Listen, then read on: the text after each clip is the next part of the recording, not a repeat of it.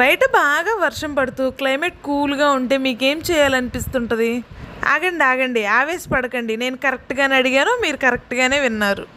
I mean, వర్షంలో dance వేయాలనిపిస్తుందా, TV చూడాలనిపిస్తుందా, లేదంటే నిద్రపోవాలనిపిస్తుందా, లేదంటే మంచిగా వండుకొని తినాలనిపిస్తుందా? నాకైతే ఎప్పుడెప్పుడో చూసిన రెసిపీస్ అన్నీ అప్పుడే గుర్తొస్తాయి.